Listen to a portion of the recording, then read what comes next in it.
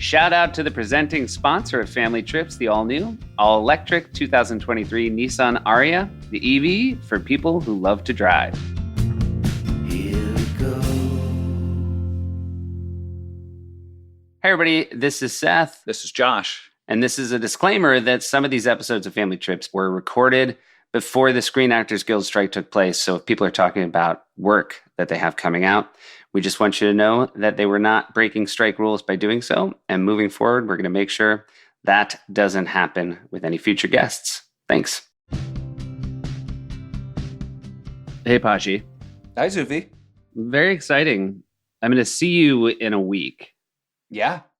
We're going to do our first podcast where we're in the same room together. And also, I'll see you in a week. And then a few days after that, I'll see you with mom and dad. Yeah. And I'm with mom and dad now. You're currently, I should note, I'm looking at you. You are in my childhood bedroom. Yeah. There's some great original art that you made. There's a bear like holding a glass or a bottle. You won first prize for that. And there's a picture of you in mom's arms in the corner of it. You look to be maybe 5, 6. I should note it. Yeah, it has a ribbon in the frame because I won a ribbon for it. It is he's holding a present. A present. Yeah, so it's a real bummer that my one piece of award-winning art, you immediately guessed 2 objects and neither was correct. Well, I mean, if you'll forgive me, it is behind me right now and I'm not looking right at it. And also, if I'm distracted by anything, I'm distracted by the giant replica Time magazine cover that you were on when you were starting late night. Yeah, starting late night. I don't know if we can talk about that. We can talk about that I was on the cover of Time magazine, which is still deeply funny to me. But that's not the Time magazine. Someone made a piece of art, right? Right. And it is framed in your bedroom. Now, it should be noted that I knew that I would never hang up a replica Time magazine. But I knew that if I gave it to mom and dad, they might want it. But I feel like they burned me because now they put it in my childhood bedroom. So now if anyone ever comes in there, it looks like I did that. Yeah. And it's also, I mean, it's not really, you can't really burn someone on this, but it is next to a Peabody Award. Yeah. Yeah, which is a pretty legit award. So congratulations. Congratulations, Seth. I'm in your room and it's really... your accomplishments. Why didn't you do it in your room? That's my real because one of the neighbors is cutting down trees, and I thought this would be the quieter room of the two. Gotcha. Deforestation is afoot in our hometown. Well, there's a lot of trees, so you could cut down a bunch of trees and not notice. And I think it's not a Lorax situation where they're just okay. No, there was an old Lorax situation on our street where someone was cutting down trees to make a nice lawn for their kids and or maybe to put a pool in or something like that. And mom took such umbrage to it that I feel like she left a note in their mailbox that said, "I'm the Lorax, I speak for the trees." And it was like, stop cutting down trees. But there are so many trees here. Probably ineffective leaving a Lorax note because I think everybody knows it's not a real person. You know, I would say the other Lorax situation is I always thought of Dr. Seuss's character. He's the one that most looks like Dad. Yeah, I was going to say that too, for sure, with that mustache. When my kids either see the Lorax or a picture of a walrus, they tell me it looks like Dad. It's pretty great. Yeah. And his name's Larry, so he's sort of the Larax. It's true, the Larax. Gosh, I can't believe we've never used that. Hey, the Larax did reach out, which was very sweet, to sort of make a correction of sorts based on the episode we did with our parents. We kind of talked a little smack about the Chebeague Inn in Chebeague, Maine, Lake Chebeague. Mm-hmm. And It's an island. It's an island. And he reached out and said, hey, the Boston Globe just wrote an article where they sort of sang the praises of the Chebeague Inn. So we just want to get out and say, maybe new ownership, maybe the old ownership just came around to having a little self-respect about how they were running their inn. But go check it out. Chebeague Inn. Yeah, I read the article yesterday, and in the first sentence it says it's pronounced shabig.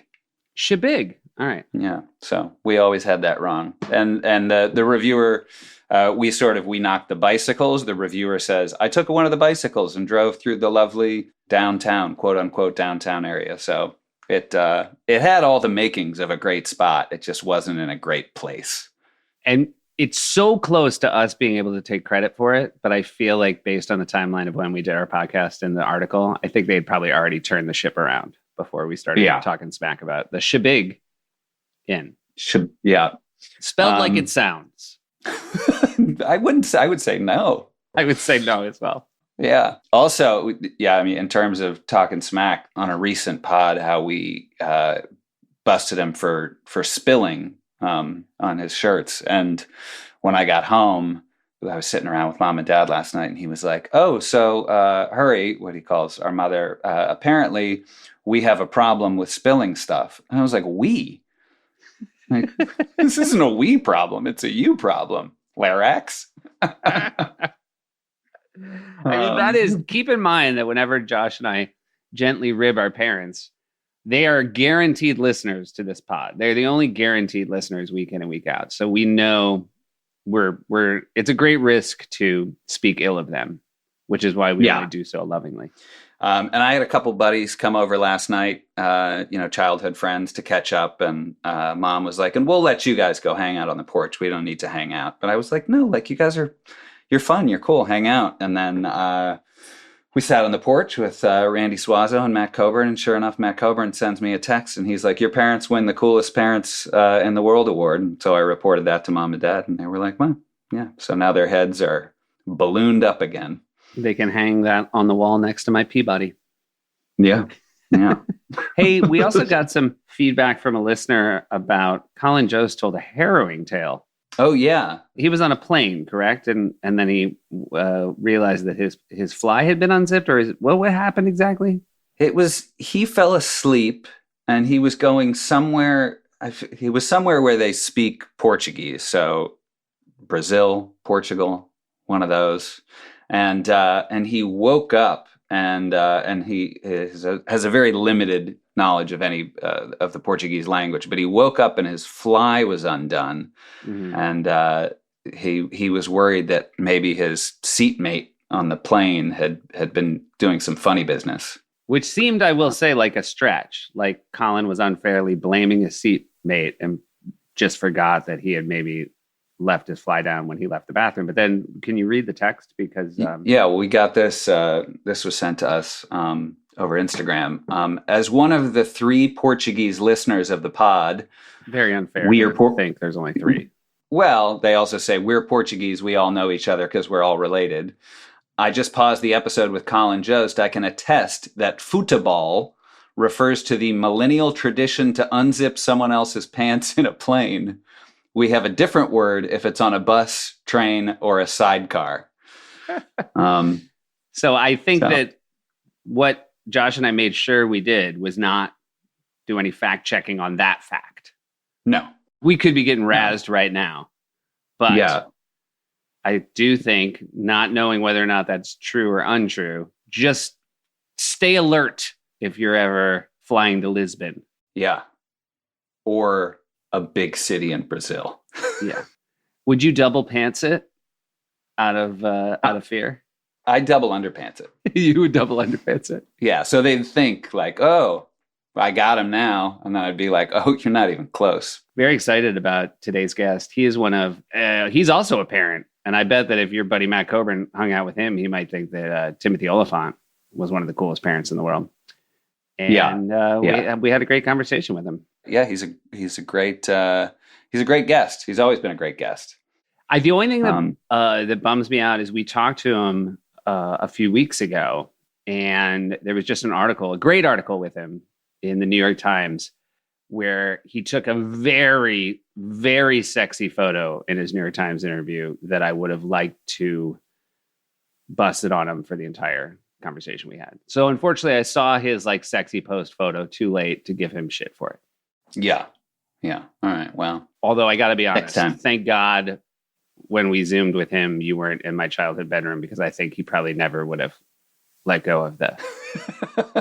Yeah, he definitely would have taken a screenshot of me right now and probably held it on his phone. All right, everybody, please enjoy our conversation with Tim. But first, please enjoy this very short, very catchy jingle from Jeff Tweedy. Family chips with the Myers brothers. Family chips with the Myers brothers. Here we go. What? Is this happening? This is happening very, for real. Oh, I like that it says my daughter. I'm on my daughter's computer. This is the same room I think I've Zoomed with you before. And the last time I think your daughter just fully walked into the shot. So it's very fitting that it's her Zoom. She's got her eye on show business. You know that. This is all by design. Is your daughter Vivian, who's represented on your Zoom box, the one that's in this season of Justified? It is. That's amazing. Yeah, That's amazing. I don't have a laptop. So she's letting me use her laptop and her microphone as well. Now, Timothy, why don't you have a laptop? Is this a choice you made a long time ago? A couple of years ago, I was like, I could just, the iPad's fine. Yeah. Okay. Oh, so it's not like you're a big desktop guy. No, I realized I just need a screen to, read scripts or watch a movie on or It's something. the opposite of what you originally thought, Josh, which is a laptop wasn't enough computing power for Timothy. Yeah, processing power. Exactly. I'm working on. Yeah. Are you guys laptop guys? Yeah. Yeah, just writing a lot. So the laptop comes in handy with the writing. I haven't had a tablet in years, and anytime I show my parents something on my laptop, they inevitably get their fingers all over the screen, assuming that it's a touchscreen type of device, because they live on iPads. And then I always got to go clean my screen. When's the last time you picked up a pencil? Are you guys pencil guys? Do you ever write in pen? Write longhand? Because my kids are the age where it's helpful for them to have pencils. And I do every time I pick up a pencil, I think I should do more with pencils. It feels very rewarding to pick up a pencil. I've been doing some work in the garage and bought, I have like a couple grease pencils that I just bought at Home Depot. And then I had to YouTube, how do you operate a grease pencil? Because you have to tear a little piece of like wood away. Also, grease pencils is what we call our parents' fingers. After they touch Josh's. Get your grease pencils off my laptop. So, first of all, real quick, Josh, I get coached every time. And look, I'm just going to say it right now. Timothy's a friend, but I want you with confidence to say how you think you pronounce his last name. I think? Yeah, Josh, I want you to just run right into it. Go. Olyphant. Olyphant? Sounded a little, no. I mean, technically, am I giving the answer? Yeah, you take over. Take over. Wait, but you sounded like you know the answer, and I'm still not sure. Oh, yeah. Oh, here we go. Call it to the carpet. I thought I might slide this one through. Olyphant. No, neither one. Really? Yeah, technically, it's Olyphant. Olyphant. Yeah. Yeah, okay. It's like elephant. Olyphant. Well, I speak a bit of Dutch, and elephant in Dutch is Olyphant. So that's just the way, yeah. Yeah, well, then you're given a pass. Listen, unless you're driving by my house, like in high school, and then all my friends would say Olyphant, but if they drive by my house, in the middle of the night, they yell, Olyphant, as they drive by. Because it sounds better to yell it that way. It is a good yeller. Yeah, and did I ever tell you this? One day, my dad was here visiting, and my son said our last name. So my son says Olyphant, and my dad says, "What did you just say?" And he said Olyphant. He looked at me and goes, "That's not how you pronounce our name." I was like, "Dad, let him do it how he wants." I'm feeling better about the fact that I'm not 100% if your son isn't landing it. No one. I mean, at a certain point, you're like, I don't know how much we're going to fight this. It's a tricky last name, but yeah, Olyphant. I've There got you a go, college Olyphant. college roommate, Mark Cottrell, and we called him Trella through college. And then we went to his wedding, and they were like, Mark Edward Kittrell, and we were like, Kittrell? And we were like, why didn't you ever correct us? He's like, I don't know. I like being Trella. It was sort of like, it was a good nickname. And we never had it right. Yeah. You reinvent yourself. You reinvent yourself in college. You're allowed to take a new last name. Yeah. All right. Is this the podcast, by the way? Because This is the podcast. This I'm is a sort little of, we're concerned. working our way into, I was just about to lay down the premise, but look, you're one of America's great bullshit. I don't know if it's bullshit. Like, we're shooting the shit. You're a shit shooter. Mm. And let me just say, Josh, you know this from seeing on my show. I would say one of the top 5 living talk show guests right now. Jeez, I hope we're rolling. Timothy, I hope what's this his name? I hope. Because let me say, my favorite thing about you, you have no plan when you're a guest on a talk show. You're gonna immediately try to get things off track, because I think I think you're Well, most comfortable off road. That is the plan. So you were wrong to start. There is a plan, Right. which is set a plan and then see if you can get it off track. Yeah, I think one of my favorite things is when I talked to Sarah Jenks Daly, who's more often than not your segment producer. She will tell me, here are the things he's told me he will want to discuss. But I think we both know that is a smokescreen. But we are going to talk about family trips here, and we're gonna start at the beginning. Okay. So you grow up in Modesto, California, Yes, I did. and you have 2 siblings, 2 brothers. Yes, that's true. And where do you fall? Middle. Okay. I'm gonna keep all of my answers short today. Until we give you a little room to rip. Are you the 3 of you that are close in age, you and your brothers? Yeah, older brother's about 3 years older than me, or 2.5, I should say, 2.5, and the younger brother's 3.5, where there's a little bigger gap between me and my younger brother. And so what are the sort of trips you guys go on as kids? Where do your parents take you guys? They never took us anywhere. Anyway, thanks guys for bringing it up. What's wrong with the backyard? It was a lot of that. Was it a lot of backyarding? I got you a backyard. What else do you want? Right. This is hurtful, guys. Oh boy. Have you considered that you were going to invite people on the show who's they just didn't have trips? We were hopeful that those people would say, oh, it's probably not the podcast for me. And then we forgot there were mischief makers like yourself Because who would jump listen, at the opportunity. I just want you to know, and I wanted to come on to talk about this, is they said, Seth and Josh are doing a podcast. I said, that's wonderful. I'm in. And they said, it's about family trips. And I said, I'm feeling triggered. Okay. But you had made a commitment in the first part of the sentence. But I already said I was in. Yeah. Huh. Tough. We did go. I thought about this this morning. I swam this morning, and as Okay. I was swimming, because swimming gives you affords you the time to think about such things. Right. It occurred to me, we never really went on like trips to Europe and stuff. What we did was we did like backpacking. Like we stayed in the state. Mhm. You know, I was raised in California, and we did a lot of backpacking trips. Those are the ones that are the most memorable that pop to mind. Well, I'm very jealous of that. I think that those are a great, I would imagine those are very good bonding trips with a family of 5. Not with my father. Sorry. Go ahead. So he'd hike way ahead. It was basically like he would take off and you'd have to catch him. Because you imagine those trips to be great because you're into blisters. Yeah. I mean, as an adult, I've gone hiking, but I guess as a kid, how old are you when you're going on hikes? Josh is a very active hiker now. I'm going to let you know. So if you're making this up, he's going to see holes in your story right away on hiking facts. I have a poster size photograph. It's like on the way to our basement of me, like on one of our camping trips where like I'm laying out on a rock. I got like a Jan Sport t-shirt on, and I got I'm holding one of those camping cups. Like it's a metal cup that has the little hook that handles like a hook because it goes on your backpack. Yeah.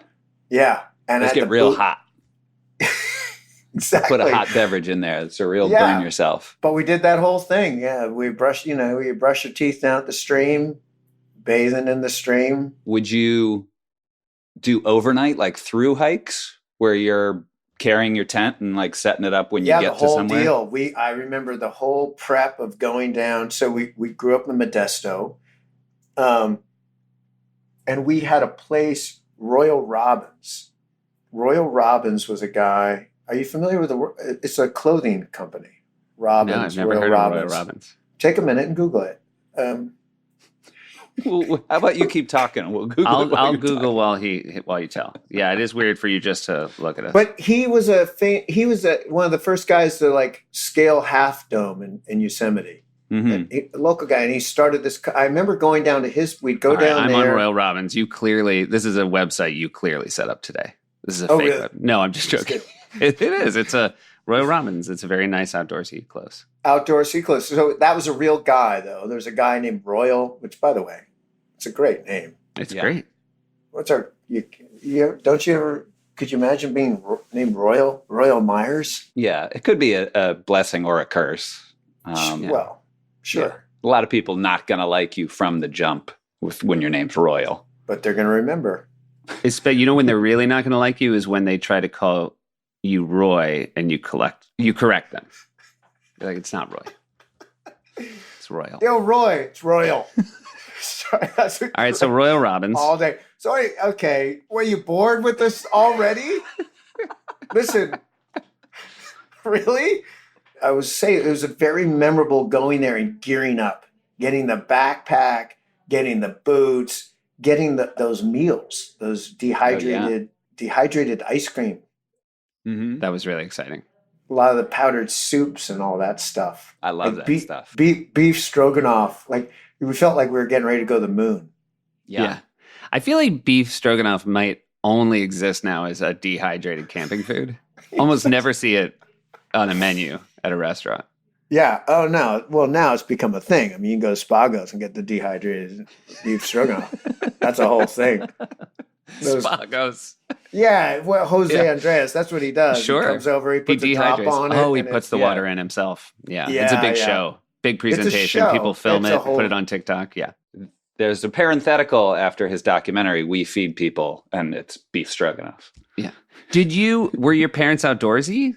Were they, in general, the kind of people who like to do that kind of thing? My dad's a bit of a cowboy. Yeah. All he's right. he's a bit of an explorer. He grew up in Manhattan, like on Park Avenue, but from his childhood, just wanted to head west and wanted to like be outdoors, adventurer. We were following his lead when we would all head to the mountains with our backpacks and hike up into the hills and pitch tents. Did your mom like it, or was she just sort of dutifully going along with it? I think everyone had a good time. I think those are I look back at those experiences fondly. I mean, there were definitely days on where we were hiking where we're like, it's hot, it's uphill, we're tired, we're bickering and tired. But then once you get to setting up tents and you're at the stream and you're out there, and I look back at them pretty fondly. 3 boys in a tent, 2 adults in the other. How was what was the tent breakup? That sounds right. I think it was 2 tents. Yeah. Yeah. I think my older brother was like, I want my own tent this year. Yeah, that kind of thing. Yeah. I don't remember that being a thing. But I imagine at some point it does. we did a lot of like, I want to say Pinecrest up near like Tahoe, around that area, that NorCal mountains. But we like hiked Mono Lake. And so I remember that one year. Oh, yeah. That's just on the other side of Yosemite there. Yeah. Yeah. Over Yeah. by Mammoth, I want to say. Yeah. Going up there, and there was some old crater up there. I remember getting altitude sickness. Good times. Yeah. Oh, yeah. So now your kids obviously have a massively different upbringing than you did. Did you ever do a trip like the kind you did with your parents? Did you ever take your kids hiking? Well, Seth, I'm in show business. So Yeah. So we have people that take the kids backpacking, Of course. and they're wonderful. And do they look like you? Is it important to get actors, like sort of hiking actors who look like you? No, and your retired wife? Sherpas, Okay, Sherpas gotcha. Sure. that have come out to California I think they came out here originally to consult on a film, I And see. then And then they fall in love with it. They don't want to go back. I said, you should stick around. I got kids, and you know what I mean? You could take them on trips. And Yeah. I think they now just mostly take celebrity kids on backpacking trips. And I think for them, they get to LA and the swimming's so much better than in Nepal. Which brings Just in me to general. my other podcast idea. No, I don't want to hear about it. Celebrity kids on trips without But what do their you do? parents. So your kids are very close in age, right? It's like Yeah. 2, the Yeah, gap.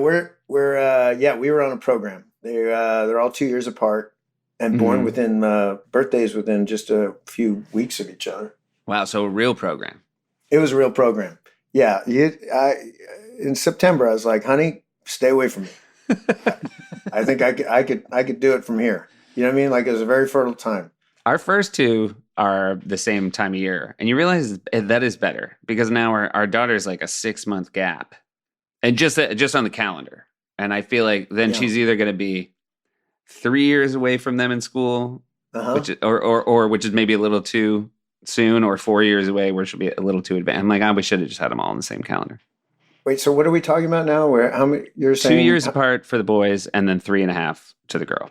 It's the Yeah. half. The half. Are they going to be in high school together? No, I don't think so. There's not going to be like a freshman and a senior. Yeah, the boys will be together, and then I think there'll be a freshman and senior with the middle and the last. That's a win. My younger Yeah. brother was not when he entered high school. I had left, Gotcha. and I feel like it would have been nice if it just that little bit closer. It would have been better if he was a freshman when I was a senior. Josh and I overlapped for 2 years in high school, and then we went to college together. So we had 2 years in high school, 2 years in college. Oh, yeah? So we did a ton Yeah. together. We did school talent shows together. It was a blast. I think And you're then- right. You were both college athletes. Yes, we were the treading water. Did you guys have a treading water team? Yeah. at I USC? could tread water for, I Yeah, don't know, 15, Just longer. 16 minutes. It was- We just had a club program. I see. Yeah. We No, it didn't was- have a. I can't remember. I think it was Title IX. They got rid of treading water because of Title IX. There was just too many guys on the football team. Wait, taking now out that I think of it, I scholarships. think that's what the dean. It It was was a term the dean would use with me about my academic progress. Yeah. He would scream that I was treading water. You were an excellent swimmer. You're still swimming, but like, this is a true thing about you, right? I swam growing up. Yeah, I was a. Competitively. I swam competitive swimming. I was solid. I'm going to say I was solid. You swam your way into college. Is that accurate? I swam in college. Okay, so Yeah. I have a question about the swimmer life. It strikes me from the outside as the worst of the sports to be good at, based on the time of day that you have to do your swimming. Well, I don't want to give too much away because, as you know, my brother and I are starting a podcast called The Swimmer Life.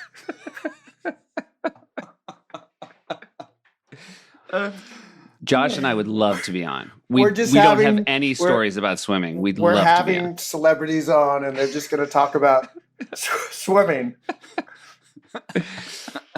Right. But only as brothers. What? Because it's you and your brother. It's only brothers talking about swimming. Who is more buoyant? Celebrities talking about Sure. swimming and how much they swam growing up. Just stories about them swimming. What strokes they prefer. Things like that. You know what I mean? Yeah. Like, you know what I mean? Just how they were around the pool, what And they it's remember. called Stroking Off with the Oliphants. Alternate title. Good. We were going to go with Swimmer's Life, but I like Stroking Off with the Oliphants.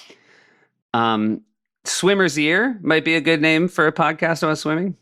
Yeah, but go back to Stroking Off because I feel like Stroking Off with the Oliphants is going to, the merch alone, even if the podcast fails. Even if it fails, right? the you merch want alone. that. You want that T-shirt, You right? want that. I would Yeah, think. I don't know. That might be a T-shirt that's uncomfortable to wear around. Were you of the three boys? Were you all swimmers, or were you the swimmer? Well, so we grew up literally next door to the Modesto Swim and Racket Club.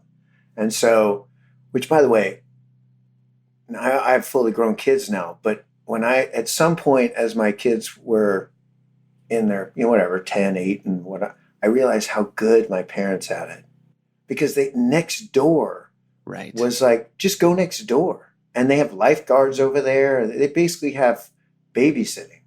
So we just spent all our time over there. And my older brother took to tennis and I took to swimming.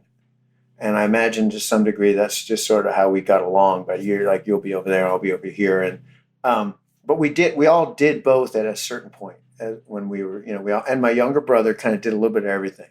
Ended up he played water polo in college. My older brother played tennis in college. My younger brother played water polo in college. I mean, that's another way your parents really had it well, because it seems like maybe you guys got a little bit of scholarship money for the sports you guys were doing. I'm going to admit something to you, and I'm a little hesitant too. I turned down scholarships at a bunch of colleges and went to USC with no scholarship. Wow, because you had your heart set on USC? Because I just wanted, I really did. I wanted to go to USC. I wanted to, I would get offered like full rides at sort of mid-sized D1 schools. Okay. And I grew up in such a small town. I really had my heart set on like, no, I want to go swim at a program that's going to compete for a national title. I don't want to swim at a program where we're going to be outside of that group, sort of that mid-level. I was very fortunate that I had like grandparents that put money aside towards my college education, and I just blew it all. Wow. So you didn't go to USC because it was sort of a showbiz adjacent school. You went there because it was a good swimming school and you wanted to compete. It's a little bit of like what I thought at the time and what I think back and understand now, which is one, at the time, I remember thinking, I want to swim D1 college, and I really want to see how I can do at a very elite program. And LA had a lot of appeal. The other schools like, I don't know, Texas or even Cal. Cal actually might have offered me a little something, but I didn't want to stay in Northern California.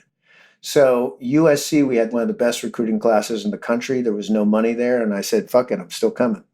I was brought out on recruit trips and all that stuff. There was no money. And I just had my heart set. I'm like, I'm going to LA and I'm gonna go there, and I loved the whole thing. Looking back, I definitely think in the back of my mind, showbiz was in the back of my mind. How did your parents feel about the choice of you sort of foregoing scholarship money? In both the best and worst way. They were like, yeah, go for it. You'll go there and you know what I mean? Like, and I have no regrets about it, but it's hilarious that I think I could have graduated college and had a just nice chunk of change to put towards whatever I wanted to do. Yeah. I also think there was a part of me that just wanted to get rid of it all so that I could just literally, like where you kind of just want, like, I don't want any of that. Because cut to 5 years later, I'm in New York, broke, waiting tables, studying to be an actor. Trying to get one of those good swimming jobs in New York where But I do remember thinking when I was broke in New York, bartending and taking acting classes and married, that I was like, how great is this? This is nothing like my childhood. This is like a fantasy. Like, I'm doing it. All right, I want to get to New York real quick, but I also want to ask a genuine curiosity. Did you have the goods? Like, you went to this great swimming school with a great recruiting class. Did you measure up? Because I would assume for some athletes, you get to a school and you're an elite level, and then you find out, I was good in Modesto. Yeah. Oh, he's Modesto fast. I was a solid college swimmer. I was definitely unreal. I definitely did not reach my potential. Okay. I definitely didn't do great. I had like my freshman year, I had an amazing year. Just missed into NCAA cuts. I went to nationals and finals at nationals. I had a good year. And then it was all downhill from there. You were married young.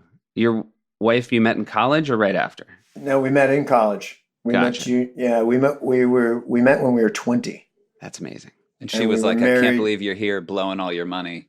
You're my guy. She had heard you had received some money from your grandparents, and she assumed you were getting a scholarship because of swimming. Must have been so jarring. I can't believe I'm giving. I should. No one's going to listen to this, right? No, I don't think so. No one's going to listen this far, and you haven't talked about a single trip you've taken. You have been, if nothing, disdainful. Wait a minute. Hold on. Josh thinks people are going to tune in to listen to trips. Yeah. We have They're trip like, fans. I thought this was about trips. Honey, there's this new podcast, Family Trips. They don't talk about trips at all. I thought you were calling me honey. Now, You're like, oh, honey. Sorry. fans of the You have been podcast do call mistaken. Josh honey, because I know this from talking to you. You guys met young, but then you had a nice cushion where it was just the two of you before you had kids. Yeah, so there was some seed of wisdom. We met young. We got met at 20. We were married by 22. I just turned 23, but we did not have kids till I don't know. We had a good 6 year stretch or so 7 years before, because thank God I was scared to death and knew to express that. You were obviously an actor, meeting some success, but were you a couple before you had kids that took advantage of not having kids and traveled a lot? Not only did she meet me in college when I said, "Hey, you're blowing all your grandparents' money. This is great." I then, after we got married, said, "Hey, I'm thinking about acting." Wait, what did she think you were going to do? See, and this is a good question, because she's like, "Wait, what? You never mentioned that," as if maybe she wouldn't have married me if I had. But I was a fine art major. So what I've been talking about prior to that was painting and ceramic sculpture. Oh, yeah. Right. And then I said, I told her if the acting didn't work out, I had the ceramic sculpture to fall back on. It might be the one job, a ceramist might be the one job where you're like, I might try acting for the stability. You just feel like there might be a little bit more. Exactly. Let's go for the big money. And if it doesn't work out, we come back to the pencil drawing, ceramic sculpture. Yeah. So that we got married. And then, speaking of trips, Nice. assholes, if you got to talk about trips, we drove across the country in a Ryder truck to move to New York to study acting. So I could pursue acting. And based on a hunch, I'd taken an acting 101 class because I needed some electives. And I was like, you know what? I'm going to take this acting 101 class. I could take anything. And I've always thought about acting. And so I took the class and I'm like, this is so fun. What if I just did this instead? And she said, just pick something and do that. Just pick one thing. Because I was like, I always wanted to start a band. She's like, you have no musical ability. And I was like, neither does some of my favorite bands. You know what I mean? I was like, what I like to imagine is that everything you're telling us, you put in the vows at your wedding. It feels like she found out everything about you when it was way too late. There's some truth to that. So we were living down at Seal Beach, and I was coaching swimming and still swimming at that time. She was, at one point she was teaching at a Montessori school. And at one point she was working at Pier. Anyway, and we decided we would drive across the country. We'd move to New York, and I could pursue acting. In New York, she wasn't sure what she wanted to do. And she was thinking about art therapy. And I'm like, well, you can do all of it in New York. We're going to move in with her dad. Her dad had a brownstone. And so imagine that guy. He's like, this guy married my daughter. He's decided he wants to be an actor, and they're moving in. He sold his kiln. Put it in the back of the truck. We're bringing the kiln with us. But Also, I like that he also knew you were coming to New York to act, but you were leaving Hollywood. So it's not that he must have just every box was being ticked incorrectly. Why would you do that? Like, you were so close to LA. What made you think was this a different time? No, okay. So, but you guys will. I'll be curious what you think. So, I not really, but I want you to guys feel like you're part of this. That means the world to us. Thank you. Well, I took a class and I had no experience. I'd not done a school play. I just, I'd met a few acting students, but I started asking people, anyone I could get my hands on, about starting here in LA versus starting in New York. And at that time, this was just like 10 years ago, because I'm only 35 now. some people said, "Oh, you should stay in LA. That's where the work is." And other people would say, "Oh, you should go to New York because that's where like best actors are coming from. From that's where good place to study, and they have the theater and da da da da." And a robust, I mean, it did feel like that time was a robust independent movie scene. It does feel like a lot more was coming out of New York at that time. First of all, there's also that part of me, because I was a California kid, it was a thrill to live in New York. Mm-hmm. I liked being a bartender, acting student in New York, going to off-Broadway plays, being a part of this sort of acting community. It was like, this is a fantasy, this whole idea. This is hilarious. But I do feel like it's the wonderful thing about New York, and I think this still holds true, but maybe not so much now because there's no working class people who can afford to live in Manhattan anymore. But if you went and played pickup ball at the YMCA, there was like, oh yeah, Ethan Hawke might be part of that, might be there. But then everyone else, that guy's a cop, and this guy works at Bloomingdale's, and that guy's a journalist, and everybody. When I come out to LA and I play pickup basketball, everybody was in show business. Yeah. And I do think there was something wonderful about starting out in a town where most people did not give a shit about what we were doing, about show business. Who can hoop better, you or Ethan Hawke? Back then. Well, even now, I think it's just... I guess with you guys, it rarely does the position of who's better flip 20 years down the line. I'm not even going to answer that question. I'm just going to allow everyone to assume what that meant. And they don't know. By the way, though, wonderful actor. Wonderful. I'm a big admirer of Ethan Hawke and just the whole way he's lived, a lot of the things he's done, with the exception of those couple other things. I agree with you on all I of don't it. want you know what I mean about all that. But hey, back to the trip. So my wife and I. Oh, good. Thank you. Look at him. Yeah. This is the new Tim. Someone's got to do this. Lead us down this trail. This is an audition for a third host, right? Yeah, of course. Ryder Truck. Any great brother duo should have one person who's not a brother. That's like, right? Yeah, of course. Mm-hmm. Right? Every brother band. Yeah, the Everly Brothers had that guy Keith. Right, Keith. Everyone knows Keith. Yeah, right. He came up with somebody. He had the best pot. He had the good. See, I could be that guy. So we decide we're going to drive across the country, and to save money, we decide we'll get a Ryder truck a little bigger than we need because we can put our futon in the back of the truck, and we'll just sleep back there. Yeah. And our first stop. So we pulled into those KOA campgrounds. And so we make it to the Grand Canyon, and it's so beautiful. And it was just this gorgeous day. And then we go back to the campground and we get back into our Ryder truck, and you climb in the back and we have the futon laid out. We have these two cats that are traveling with us. Did you know them or did you just pick them up on the way? They were like, hey, we're going to New York. I mean, if I saw a cat with its paw out on the side of the highway, extending You its would thumb, stop. You would stop. Even if I was deathly allergic to cats, I would stop. Right? People still do that. I mean, they still do that today. I will say this: they do it so much that you got to look out, and a lot of sort of highway stranglers will now dress like cats, knowing that it will increase the likelihood that they're going to get in the car and have a free path to the old neck. See, Seth, I did not know that. Yeah, and it gives me shivers.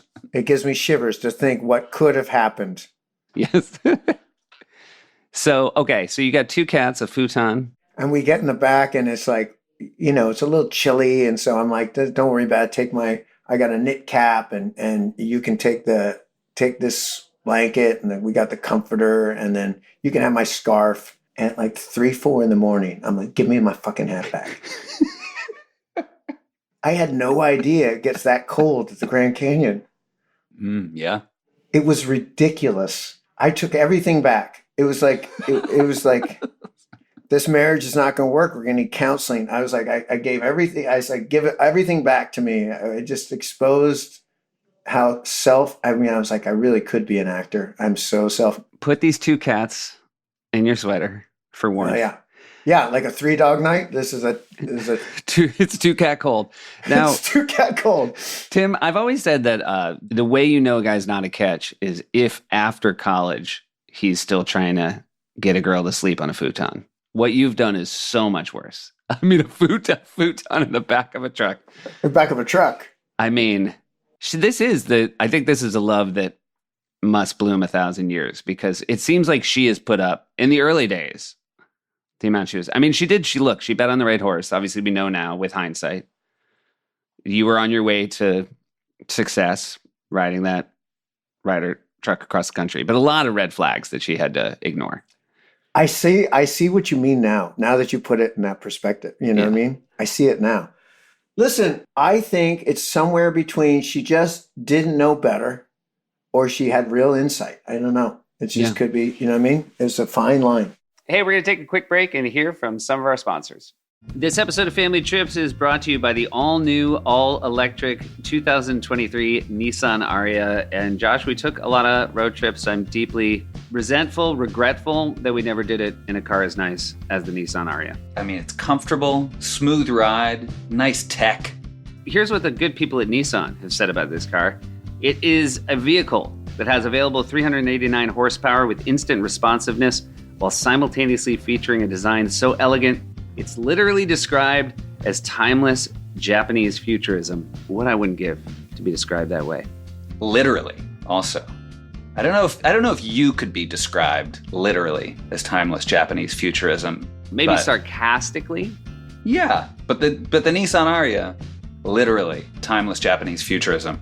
Real quick for our listeners, tell us a little bit about E-Force all-wheel drive. Oh, yeah. I love this E-Force. It sort of means that Nissan's advanced system that delivers a powerful and smooth drive, superior control and handling, confidence in all surface conditions, and comfort for all passengers. That is probably how I would have described it as well. Yeah. Or I would have just said it's super cool. Stop asking questions. Yeah, that sounds more like you. Yeah, just enjoy the E-Force all-wheel drive. So thanks again to Nissan for sponsoring this episode of Family Trips. Go to nissanusa.com/Ariya. Now you, disclaimer voice, go. E-Force cannot prevent collisions or provide enhancement traction in all conditions. Always monitor traffic and weather conditions. Element, you guys, is a tasty electrolyte drink mix with everything you need and nothing you don't. That means lots of salt, no sugar. Josh, you were the most, properly hydrated person I know. Let's be clear. But I still feel like you enjoy a good Element every now and then. Well, yeah, if the more active you are, the more you sweat, you tend to lose a lot of sodium. It's like the electrolyte you lose most. Element puts that back into your body, keeps you going, keeps you focused, helps you recover. Who do you think sweats more in a week, you or me?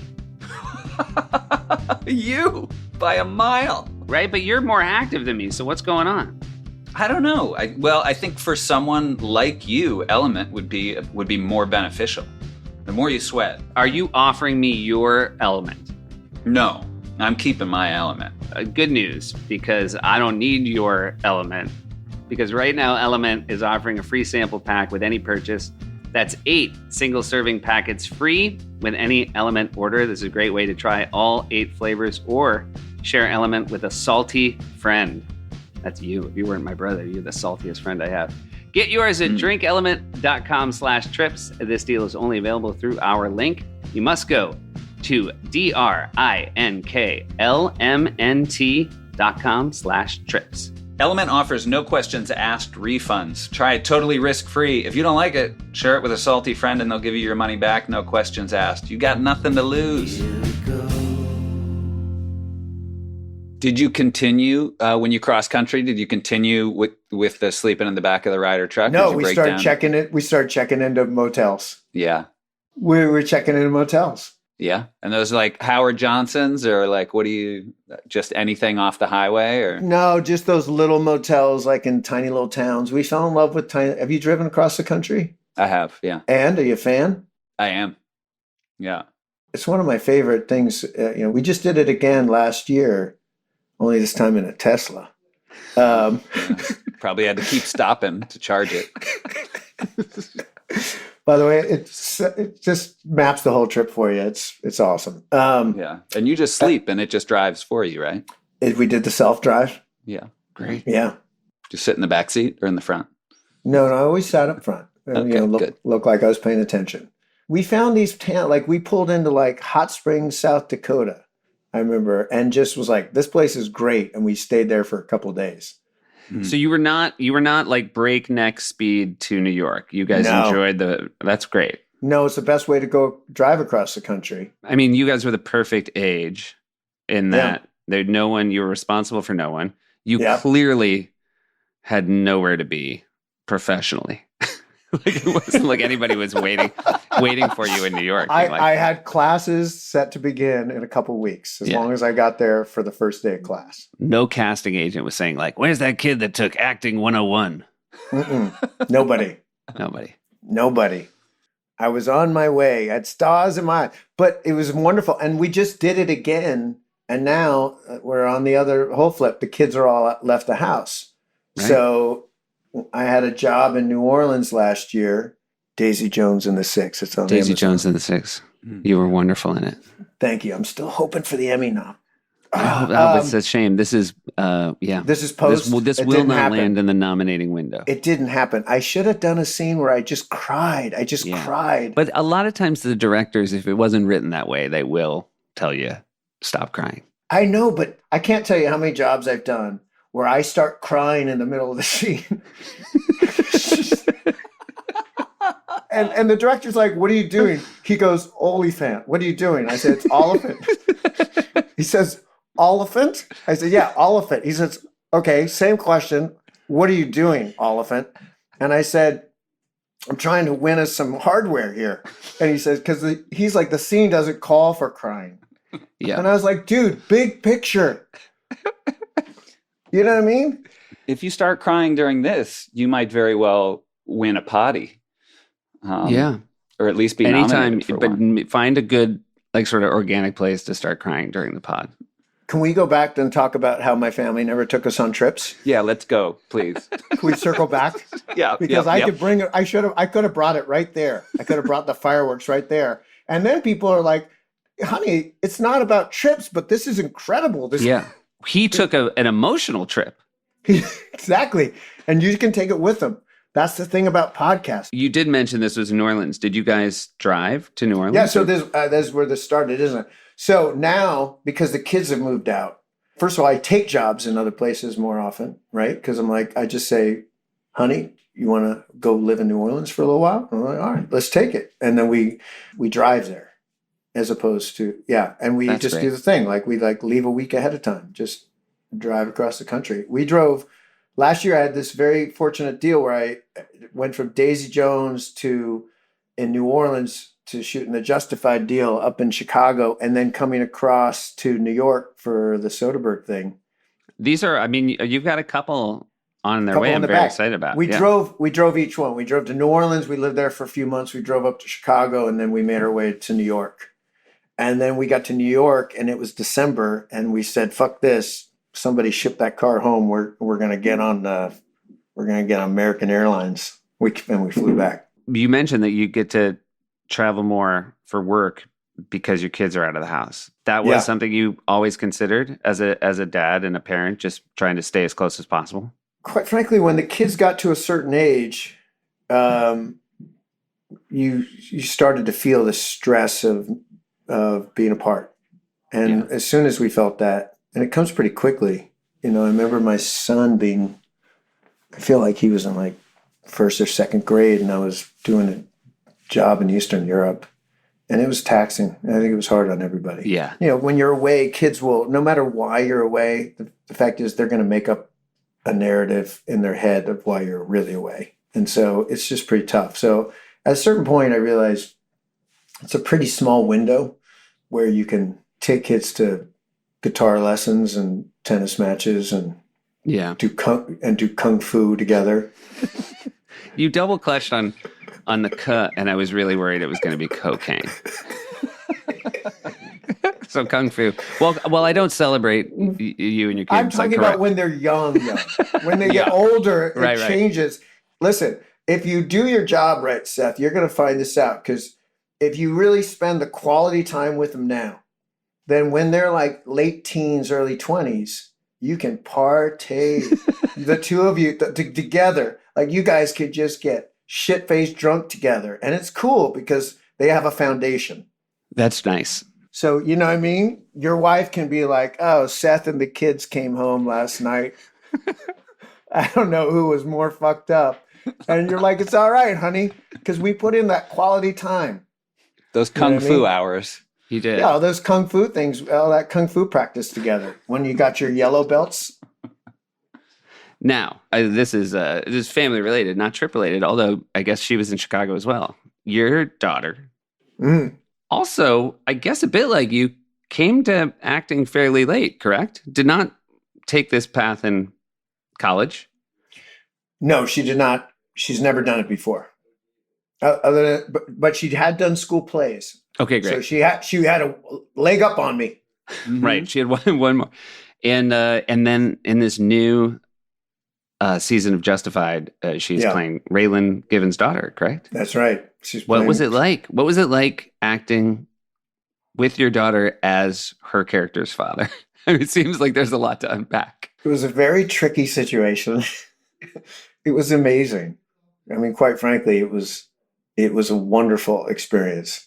I mean, where do you want to start? I mean, it was everything from just very special working with her. She did an amazing job. She was, she worked super hard. She was fun to work with. She just kind of had a gut for it. I would tell her, I was like, you already have any kind of actor wants. Is one, you like to work on it. You like really work hard at it and you just have a feel for it. And most actors have only maybe one of those qualities. You know what I mean? It was hilarious because, she's never going to stop being my kid. So she would say things to me that I would reply to her that you can't talk to me that way. I'm the star and executive producer. Have you not noticed everyone else sort of tiptoeing, only telling me what I want to hear? Have you not noticed? That's the way we play the game. Okay. You work really hard to get to this place where nobody calls you on your bullshit. So that was kind of amazing where, I would, approach her in between a take to say like, I think and she's like, Dad, stop. I'm like, you can't just say to me, no, stop. I'm like, and then on the flip, it really was fascinating because there is a side of me I'm guilty of always feeling like, I'm somewhat obsessively driving to try to make a scene better. Mm-hmm. Like I am guilty, as much as I pretend I'm not, I am very guilty of like, I feel like this could get better. I feel like there's something funnier here, or there's a moment here that we're missing, or there's something, or we could take it, and you try to then make it look like it's all effortless. But I am guilty of being somewhat driven. And shame on you. but thank you. But that's my kid. And you are having to make choices sometimes of when to say, okay, I just have to be her father here because that's a kid on her first job. Yeah. Yeah. who's in a very overwhelming situation with a lot of stress, and she's never done this before. And so, but it was so hard on me is my point, right? Yeah. Because I didn't want to be that guy, but we needed something more for the scene. You're And, if anyone's the victim here, I think everybody agrees. That's my It was point. you. Yeah. That is my point. But it was amazing. It was quite a crazy experience. Also, by the way, I'll say, if you are ever wondering whether you behave well on a set or at work, just bring your kids to work with you and have them next to you all day. Yeah. Because they will. You see it immediately. You see I'm embarrassed to say there was some moments where I was like, wow, she just was like, Dad, you cannot do that. I was like, That's "What do you mean?" amazing. It's sort of amazing. I feel like when, we'll be guests, my parents and myself, on Seth's show every now and again, and I feel like it's fun for the staff to sort of see to have us there, and we'll just be able to like roll our eyes at Seth sometimes, and it sort of like lets everyone be like, oh, like he's the name on the door, so we're not gonna like call him on his stuff, but we'll just be there like, oh boy, Seth's really blowing a gasket. Yes. Well, I mean, I tend to get a little more stressed out when my family are my guests. And it's what I'm talking about, right? Yes. Well, it is. I mean, I definitely, it is fun. I'm glad that my family can immediately poke fun at me for my behavior. And it is behavior that my entire staff has also noticed and not mentioned out loud in the same way. I did have talking about your daughter following in your footsteps. My son said the sweetest thing the other day. He said, when you die, do I get to host your show? I thought that was really sweet. What do you want to hear from your kids? Do you have a favorite trip you've taken your kids on? Galapagos. Really? Look at you guys. Oh, nice. Oh, yeah. We did the Galapagos. We're very, very lucky. Have you been? No. Is that a week? Is that a whole week situation, or do you have to go longer? I want to say, did 10 days. But honestly, a week would have been fine. Like 6 nights, but 5, I would squeeze it for all it's worth. Were the kids little when you went? I want to say we went like 10 years ago, but I'm really bad at that. I feel like I can show you pictures and you can tell me how old they seem to look. Yeah, I think Vivian was around 10, 12, yeah. And then you stay just on like one of the islands, right? And then you go visit the other ones? No, we were on a boat the whole time. Oh, okay. Yeah, which I recommend. You can go and stay. There's like 2 islands where you can stay on. A lot of the islands are uninhabited, but you can do that where you go to an island and then take little day trips. And if that's the best you can do, I'd still say go do it. It's a remarkable trip because A, it's just gorgeous, and B, island to island, completely different worlds, shockingly different worlds. So we stayed on a boat. And the beauty of that is you start on an island, and then at night you travel at night. And so when you wake up, you're waking up at another island, and each island's so vastly different with completely different animals that inhabit the islands. Island to island, there's like desert islands where and then there's islands just filled with birds, and it's just remarkable. And you've learned about them, but because they're so isolated, there are creatures on those islands that only live on that island. They can't get to anywhere else in the world. And so they are not like any other creature anywhere else in the world. They have crazy ways to survive, Was that a trip, when you took that trip, were your kids excited about it? I always worry about teenagers being a little over or not fully embracing how special something is. Did you have the right kind of kids for that trip? We did. We took our kids. But you made it clear in the run-up that you were not married to that. There were a lot of other kids in the running. We just said to them, no, this is a parenting tip. I know this show is not about parenting tips. So, take it or leave it. It's a bonus, or, I've wasted your time. I apologize. What we did is we said, we're going to go on this trip, and depending on how it goes, there'll be others. Right. And otherwise we will take other kids on trips. You know what I mean? So they were on their best behavior because they had a sense of this is costly. And they really, the whole thing was a huge success, with the exception of maybe 1 or 2 trips with ridiculous amounts of, what do we call that? The waves. Oh, like seasickness? And oh my God, we had one night that it was a joke. Yeah, it was a joke. The captain said tonight's gonna be bad. Yeah, strap. Like when you go to sleep at night, you put on a seatbelt. Yeah, that's trouble. Yeah, you belt in to go to bed.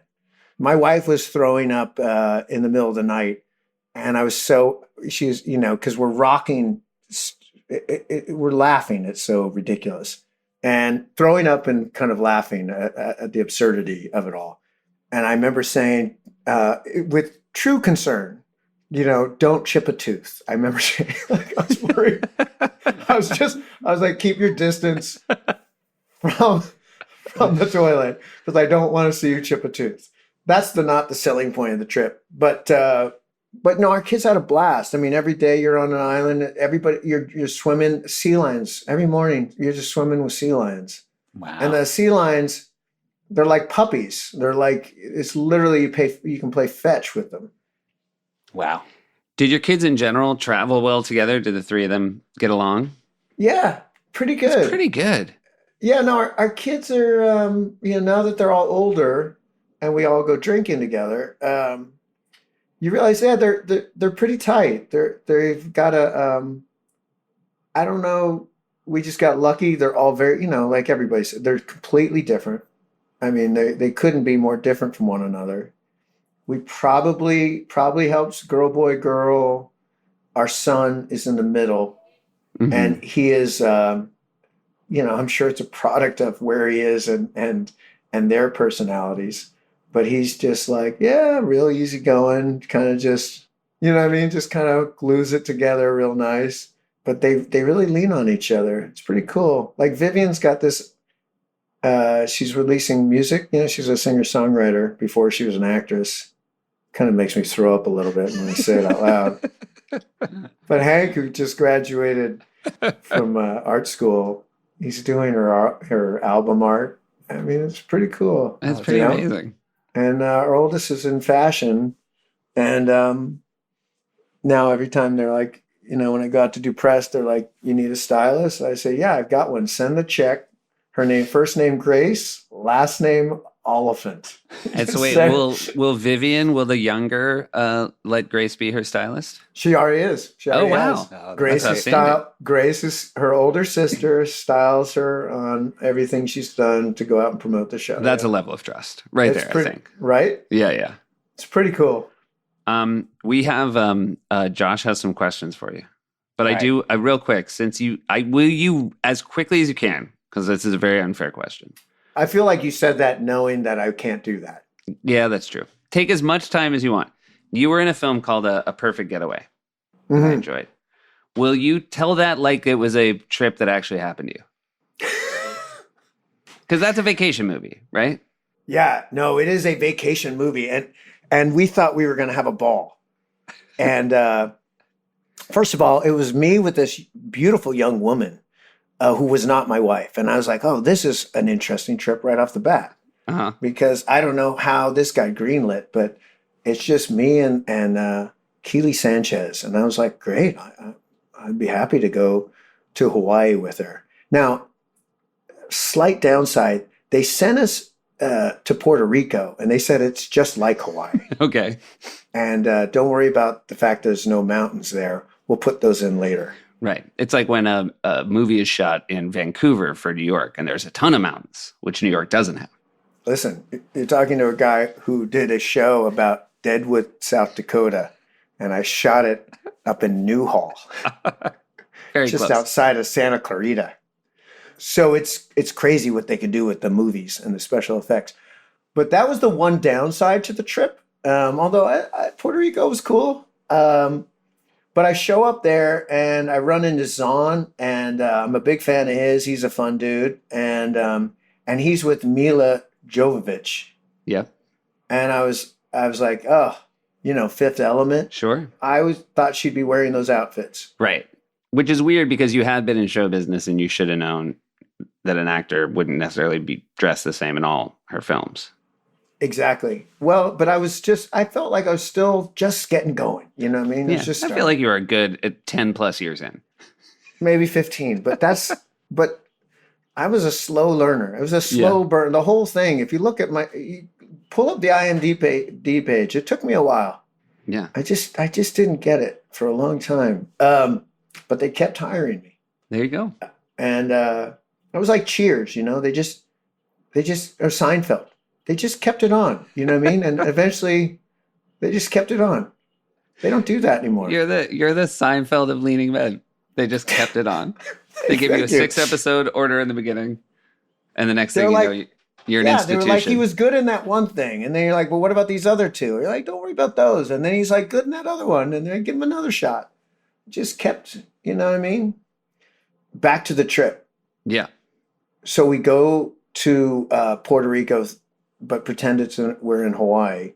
And we're on this wonderful long, it's a couple day journey on this trail to this beautiful beach where there's a waterfall, and people are dying. People are being murdered on along the trail in Paradise. Which is what just ruins a trip. It did, but made it exciting as well. Okay, gotcha. Yeah, and weren't there police reports that the murderers were a couple? Yeah, and me and Kylie are a couple. Right. And then Steve and Mila, they're a couple. And then there's another couple played by Chris Hemsworth. Get out of town. Yeah, Chris Hemsworth is there. 2009 Chris Hemsworth. I think it's his first gig. Wow. Yeah, some studly dude from Australia. Gets a little that Olyphant stardust on him. I mean, a lot of people like to give me credit for that career, but I don't feel comfortable taking it. You know what I mean? Okay. We'll give it to you anyway. Okay. So there were some murders on the trail. Yeah. Do you want me to keep going with the trip? Well, I mean, I think that's enough. I think it's called The Perfect Getaway, 2009. Perfect Getaway. We do like to try to draw attention to a film. It's like what we call a really solid B movie. It really is a very solid B movie. Got some good twists and turns. Yeah. And, and again, because it's vacation based, I don't think it's weird that I brought it up. I'll tell you a little something about myself. I do not read reviews, but I love Manohla Dargis of the New York Times, the film critic in the New York Times. And I like reading her reviews. And if I'm in something that she reviews, I read it. Okay, so that's interesting. You prefer she's good enough that you will dismiss your rule of not reading her own reviews. Yeah, because I just enjoy reading her, the way I find that she is a refreshing, smart critic, unlike all other critics. Has she ever torn you down? So can you imagine years earlier, and I'm in a movie called Hitman. And I think there's no fucking way Manohla Dargis is going to review Hitman. But yes, somehow she got the assignment. And so I open up my New York Times and I'm like, shit, I'm going to have to read this. And she says, I remember the quote, we can fact check this, an embarrassingly cast Timothy Olyphant. That's all she writes as it refers to me. Okay. And I think, and this is my optimism. This is my glass half full. I was like, well, she didn't say I sucked. She just said I shouldn't be in this movie, which I already knew. So I'm like, technically, we're still on the same page. Yeah. Yeah. And then years later, she reviews A Perfect Getaway. And she gives the movie a glowing review and says, not often used enough, like that's something like where we want to wish she could see me more. And Look I'm like, that. Oh, she likes me. Now I just remember, I feel like I'm pulling a Perfect Getaway review. Yeah, I'm gonna try to find it. Can you? Okay, tell me what she said, because I remember that making my day. That she liked the movie. She just really enjoyed that movie, Perfect Getaway, and that she said, and it was like a 5 years later. That's my relationship to Manohla Dargis of the New York Times. Well, I'll ask you a couple questions here while Seth's looking that up, and he can still contribute because he can do two things at once. You can only pick one of these. Is your ideal vacation, are you relaxing? Is it adventurous? Is it enlightening? Or is it educational? Relaxing is first. Okay. Am I putting them in order? Just got to pick one. Yeah, you can stop right there. Yeah. Okay. All right, I'm going to go with relaxing. The hardest thing for Tim to do, to stop right there. God damn it. I'm so guilty of that. I can play the part. You want the short answers? I'll be that guy. Let's start over. All right, well, no, this next one's another short one. But you prefer to travel by train, plane, automobile, boat, or on foot? A walk solves everything. Yeah. Yeah. My girlfriend's dad always says you never regret taking a walk. And that's the truth. Feels good. He fell off the side of a cliff, right? Wasn't he the one who... Last words?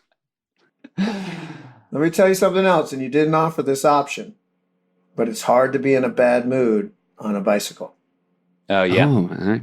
Yeah, we lived in Amsterdam for years, and anytime we go back, like you rent a bike and you get on it, it's just like that's when you feel that sort of wave come over you. You're like, yeah, this is what it was like. I'm glad you brought this up. Are you guys talking about family trips when the guest is not on the podcast? Did you guys talk about family trips to Yeah, we've kind of, well, you know who we had as because guests. I've heard nothing about your family trips. We had our parents on, and so they were a guest on our podcast as well. So we really got into it. Okay, Yeah. nice. Yeah. We probably would have offered more snippets of trips that we took if you did. Yeah, you were playing it pretty close to the vest. So, sort of, it was hard to take tangents off of. You nothing. came out with a pretty aggressive anti-trip position early on in the podcast, so we probably got a little frightened. I thought what happened is, and your listeners they'll be able to judge. I thought as I tried to talk about it, and you guys looked like you were bored. Oh no! And so I said, "Oh, I guess that's not." Enraptured and bored, wrapped. I should say, wrapped and bored are often the same. Face. I thought when I said Royal Robbins, one of you would say, "No way." Well, that was a massive miscalculation. If you could take a vacation with any family other than your family, alive or dead, what family would you go on vacation with? Oh, those the Donner family? Yeah, it sounds like a party, right? It was like it was a famous party road trip. I only know about the one trip of theirs. Yeah, well, yeah. And don't you have questions? You want to go? You want to go to get answers? Doesn't everybody want answers, Seth? Yeah, that's true. I mean, isn't that why we're here? That is why we're here.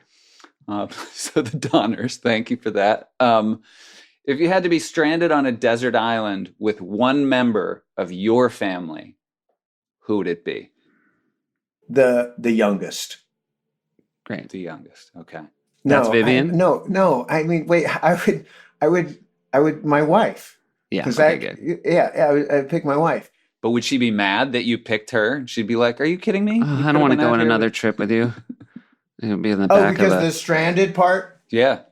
You'll be like, "Hey, good news! I rented a hearse. We can sleep in a coffin, save money on hotels." I'm not taking the kid. Anyone? I'm not picking a kid over. My wife and I. My wife and I have lived a lot of places, and we've always had a pretty good time. Yeah, that's great. And so I feel like the stranded on the desert island would be. It's a desert island. Yeah. Yeah. Would you recommend Modesto as a vacation destination? Oh, during the springtime with the blossoms? Oh. Still no. I fully got hooked. Late in the pod, I fully got hooked. And then Seth, you want to ask your... I want to ask my question, but first I'm going to read you. So here's what I did. I found the review. Yeah, what'd you say? Well, first of all, I did a open Apple F, Olyphant, and the website was like, that's not a word, and I had to double search it. But there's two quotes about you, and I feel like you. You do I not remember it right? No, you do. I do. The last, and again, this is Steve Zahn, who's wonderful in the film. Last sentence, having tamped down his comic side, Mr. Zahn does a fine impression of a rabbit, while the regrettably underemployed Mr. Olyphant makes a world-class hunter. That's a great final line. Regrettably, for somebody who thought you were, so miscast in Hitman, full circle. But now here's what I feel like. Underemployed.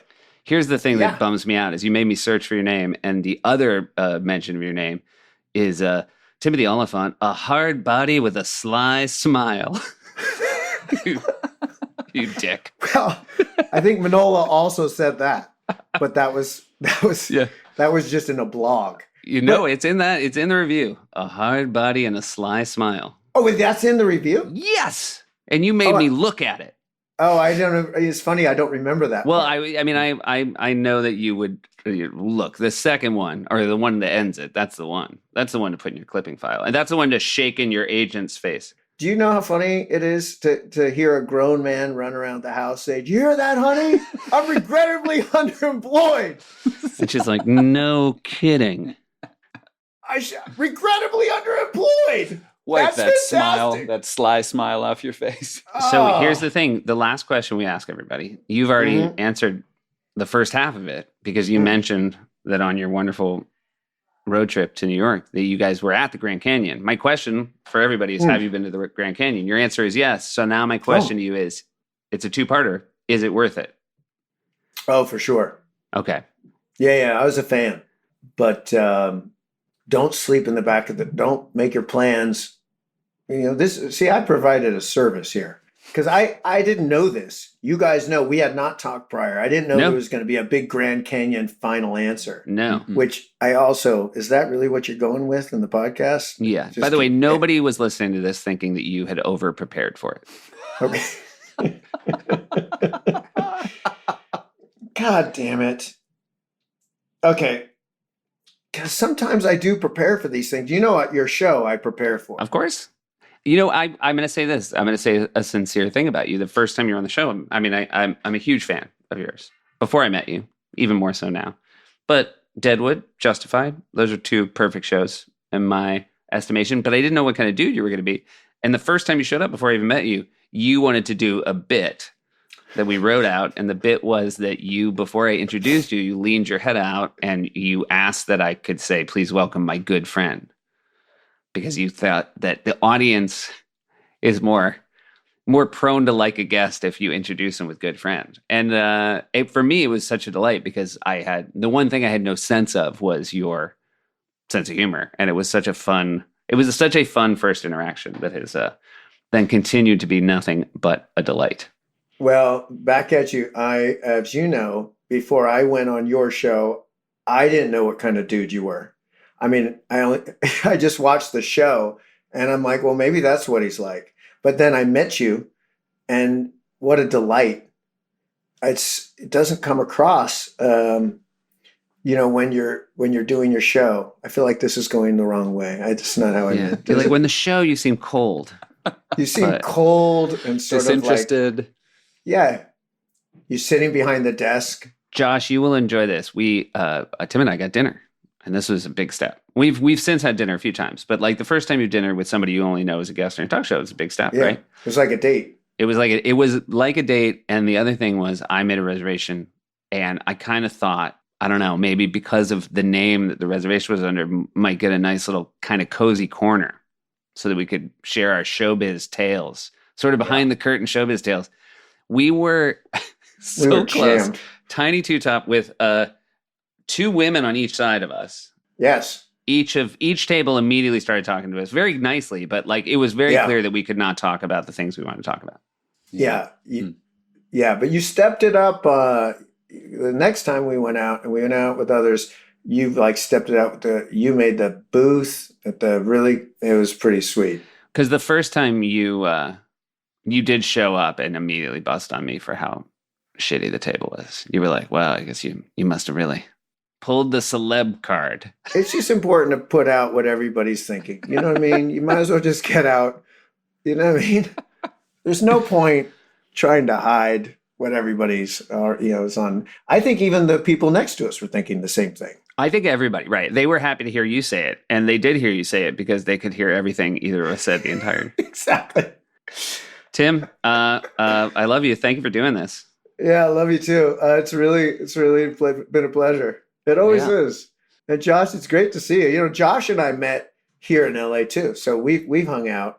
Yeah. I introduced myself at a party. I was like, I'm Seth's brother. And you're like, no, but what's your name? I want to know your name. Did I say that? Yeah. That's a good dude right there. Well, first of all, and hello, I know you're Seth's. Look at you guys, you're brothers. I know. Yeah. It might be We're a not hiding. small problem with podcasts. We also sound a great deal alike. I had one idea to do on this podcast and I didn't, which was to keep saying, and now that's Josh talking. Yeah. And now that's Seth. Well, I think if you go back and listen, Josh is the voice that thought the Timbits were going to work. Wow. Wait, I have one I want to say real quick. Justified. Depending on when this comes out, you can see the new Justified. Very exciting. Don't forget to congratulate me on the Emmy. The Emmy nomination for Daisy Jones and the Six. Come on. Guest actor in a non-crying performance. And then the Soderbergh Show. What's the name of the Soderbergh Show? So that's called Full Circle. Full Circle. And that's on Max. That's a good one. All right. We got a couple things to look forward to. A Summer of Timothy. Well, that's what I hear they're calling it. I mean, but All right, buddy. you know how this is. Everybody has their moment. I guess this one's mine. I don't get it. Yeah, get your sunscreen out. Yeah. Get your sunscreen out. If the lights are going to be bright, of Sun Timothy. All right. Gentlemen, Thank you, buddy. it's a pleasure. Always. Absolutely. Thank you for having me. Who takes his lady, his lifelong companion? How's this for shady to sleep in the back of a truck at the Grand Canyon? Who gave her everything warm he packed, but then when he got cold took it back? Tim Olyphant, that's who.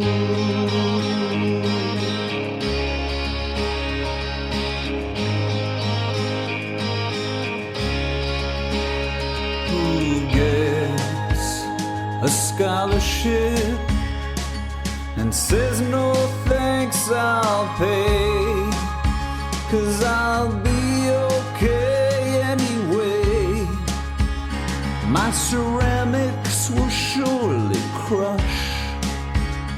Who goes on a podcast that's titled Family Trips, but won't talk about family trips?